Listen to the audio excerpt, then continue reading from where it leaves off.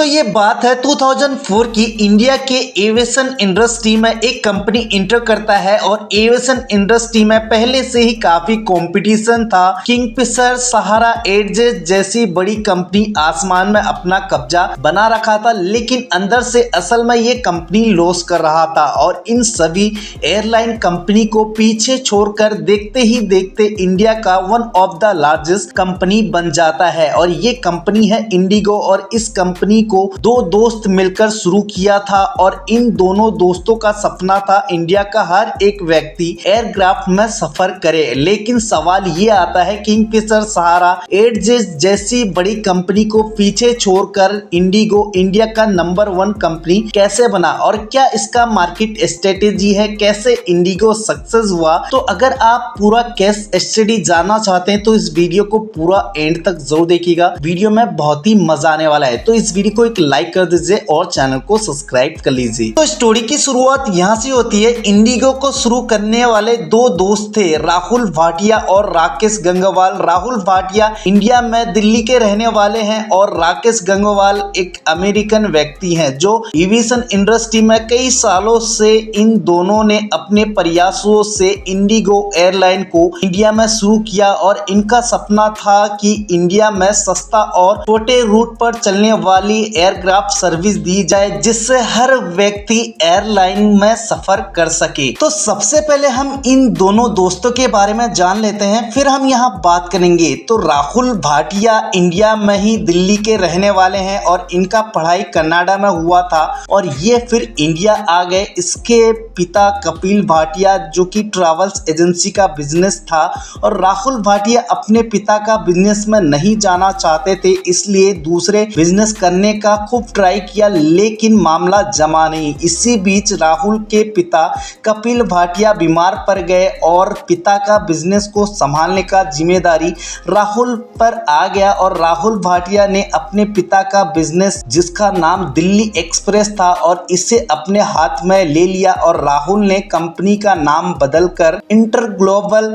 Enterprises रखा और airline ticket की फ्रेंचाइजी ले लिया और लंबे समय तक राहुल ने इसी सेक्टर में काम किया। वहीं दूसरी ओर राकेश गंगवाल जो राहुल के अमेरिकन दोस्त थे वो उससे कांटेक्ट पर रहते थे और राकेश कई बड़ी एयरवेज कंपनी में काम कर चुके थे और उन्हें इस सेक्टर में काफी अच्छा नॉलेज था और वो बिजनेस की बात करते तो उससे एविएशन इंडस्ट्री की जिक्र होता ही रहता था। और उन दिनों इंडिया में किंगफिशर जेट और स्पाइस जेट जैसे प्राइवेट एयरलाइन काफी पैसे कमा रहे थे और काफी पॉपुलर हो रहे थे, जिसके चलते राहुल ने राकेश के सामने प्राइवेट एयरलाइन को शुरू करने का बात किया और राकेश एविएशन इंडस्ट्री को अंदर से तो जानते ही थे और ये भी अच्छे तरीके से जानते थे जो प्राइवेट एयरलाइन आज चमक रहा है वो अंदर से काफी लॉसेस का सामना कर रहा है और एविएशन इंडस्ट्री में काफी सारे दिक्कतों का सामना करना पड़ रहा है और अच्छे तरीके से सोच समझ कर करने के बाद राहुल ने पार्टनरशिप के लिए हाँ भर दी और फिर इस तरह से 2004 में इंटर ग्लोबल एविएशन की शुरुआत हुई और उन्होंने एयरलाइंस का लाइसेंस भी मिला। और वैसे तो 2004 में इंटर ग्लोबल एविएशन की शुरुआत कर दिया था, लेकिन कई सारे जो प्राइवेट कंपनी एयरलाइन थे वो काफी लॉसेस का सामना कर रहे थे, इसीलिए एक साल के लिए कंपनी को अच्छे तरीके से समझा और सोच समझकर फिर 2005 में इसको नाम बदलकर इंडिगो कर दिया। फिर 2005 में इंडिगो ने 100 एयरक्राफ्ट का ऑर्डर दिया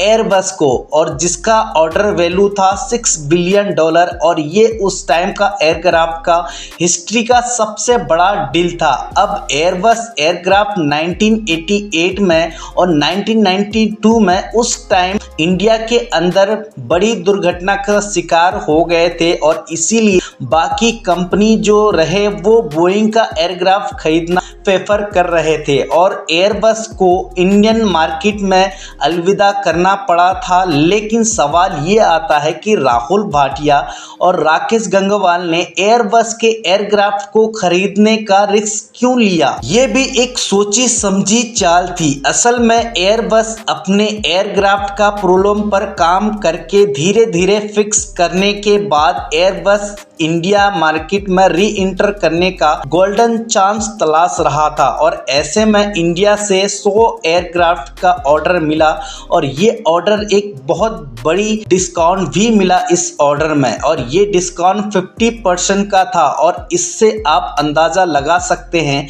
कि इंडिगो को कितना ज़्यादा प्रॉफिट हुआ। लेकिन फाउंडर का प्लान सिर्फ सस्ते एयरक्राफ्ट खरीदने का नहीं था बल्कि सेल एंड लीजबैक मॉडल अपनाया, यानी कि इंडिगो पहले आधे दाम पर एयरक्राफ्ट खरीदा और फिर करंट मार्केट प्राइस 20 से 30% प्रॉफिट के साथ aircraft lease company BOC advocates के पास बेच दिया और इस स्ट्रेटेजी से उन्होंने एयरक्राफ्ट को खरीदने वाले का कॉस्ट को भी रिकवर कर लिया, साथ में 20 से 30% का प्रॉफिट कमाया। लेकिन सवाल ये आता है कि इंडिगो ने तो सारी एयरक्राफ्ट बेच दिया तो फिर उड़ान कैसे भरेगा? तो एयरक्राफ्ट को लीज कंपनी पर लेकर इंडिगो उस कंपनी को BOC एडवोकेट्स कंपनी से 5 से 8 साल के लिए कुछ एयरक्राफ्ट लीज पर ले लिए। इसका मतलब ये होता है जैसे कि हम कुछ रेंट पर सामान लेते हैं और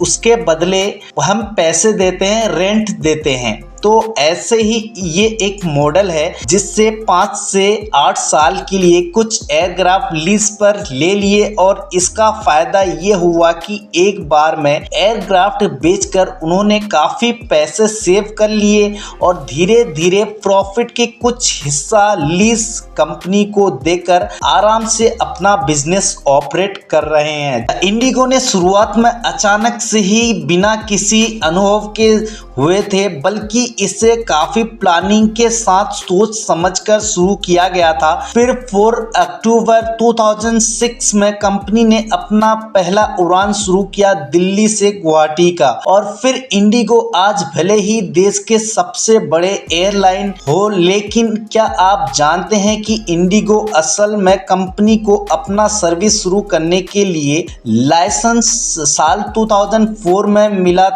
मिल गया था, लेकिन इससे अपने सर्विस शुरू नहीं किया था। फिर 2006 तक कंपनी सर्विस शुरू नहीं कर पाया, लेकिन क्योंकि इसके एयरक्राफ्ट नहीं थे और उस टाइम मार्केट में काफी बुरे दौर चल रहा था और एयरक्राफ्ट का फ्यूल की प्राइस आसमान छू रहा था, जिसके कारण किंगफिशर जैसी बड़ी कंपनी लॉसेस का सामना कर रहा था और इंडिगो ने साल 2006 में अपना बिजनेस शुरू किया। लेकिन साल 2011 में कंपनी को एक बार फिर से लोगों को हैरान कर दिया। इंडिगो ने एयरबस को 118 एयर का ऑर्डर दे दिया, जिसके बाद कंपनी ने इंटरनेशनल फ्लाइट के लिए भी शुरू कर दिया, दुबई, सिंगापुर, थाईलैंड जैसे बड़ी डेस्टिनेशन के लिए। और इंडिगो जिस टाइम इंडिया में लॉन्च हुआ था वो टाइम एविएशन इंडस्ट्री के लिए मुश्किल का दौर था और ऐसे दौर में इंडिगो ने अच्छी कमाई भी किया और कंपनी सक्सेस भी हुआ। अब सवाल ये आता है कि आखिर में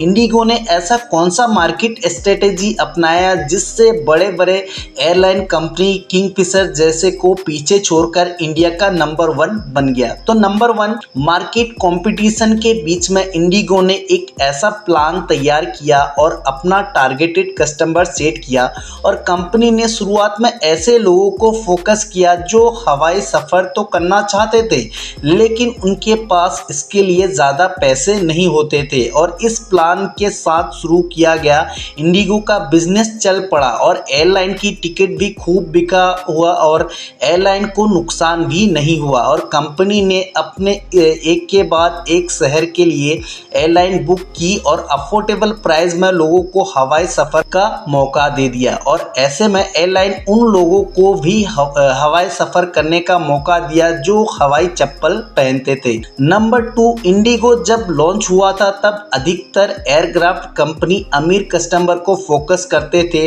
और वो उन्हें महंगे टिकट पर अच्छा सर्विस देना चाहते थे, जिसके कारण हर व्यक्ति एयरक्राफ्ट की टिकट को नहीं खरीद पाते थे और उनमें से सफ़र कर पाते थे। वहीं दूसरी ओर इंडिगो ने अपना कस्टमर बेस उन लोगों को बनाया जो सस्ते में हवाई सफ़र करना चाहते थे और इंडिगो ने अपने टिकट का प्राइस कम रखा और अपना कस्टमर बेस बढ़ाया, जिससे इंडिगो को अधिक से अधिक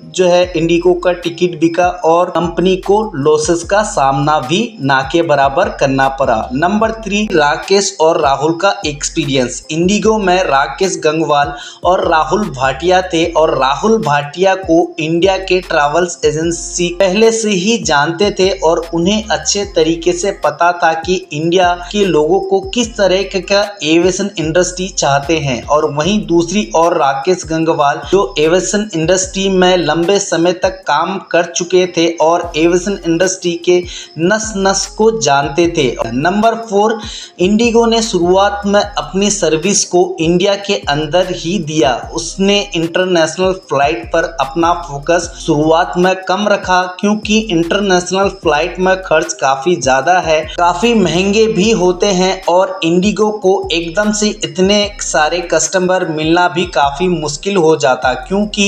एविएशन इंडस्ट्री में पहले से ही कई बड़े बड़े दिग्गज एयरक्राफ्ट कंपनी अपने पैर जमा चुके थे। और ऐसे में इंडिगो ने इंडिया के पॉपुलर शहरों में हवाई मार्ग को जोड़ने का काम किया और अफोर्डेबल प्राइस में लोगों को हवाई यात्रा देने का सपना पूरा किया। नंबर 5, इंडिगो ने अपना बिजनेस तो पूरा किया ही, साथ में लोगों का सपना भी पूरा किया। हवाई जहाज में घूमने का मिडिल क्लास फैमिली के लिए केवल एक सपना ही होता था, लेकिन इंडिगो ने लोगों को इस सपने को पूरा किया और उन्हें सस्ता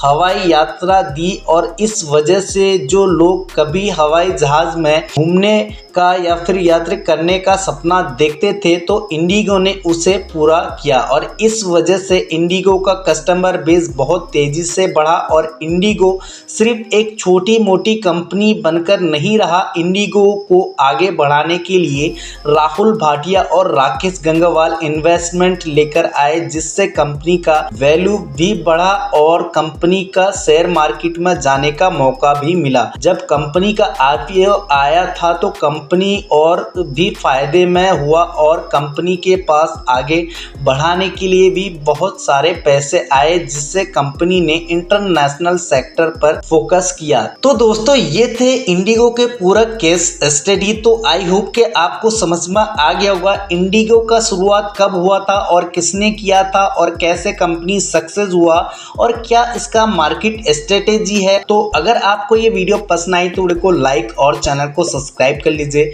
और दोस्तों के साथ शेयर कर दीजिए और वीडियो में कोई भी कमी हो तो आप मुझे कमेंट करके बता सकते हैं।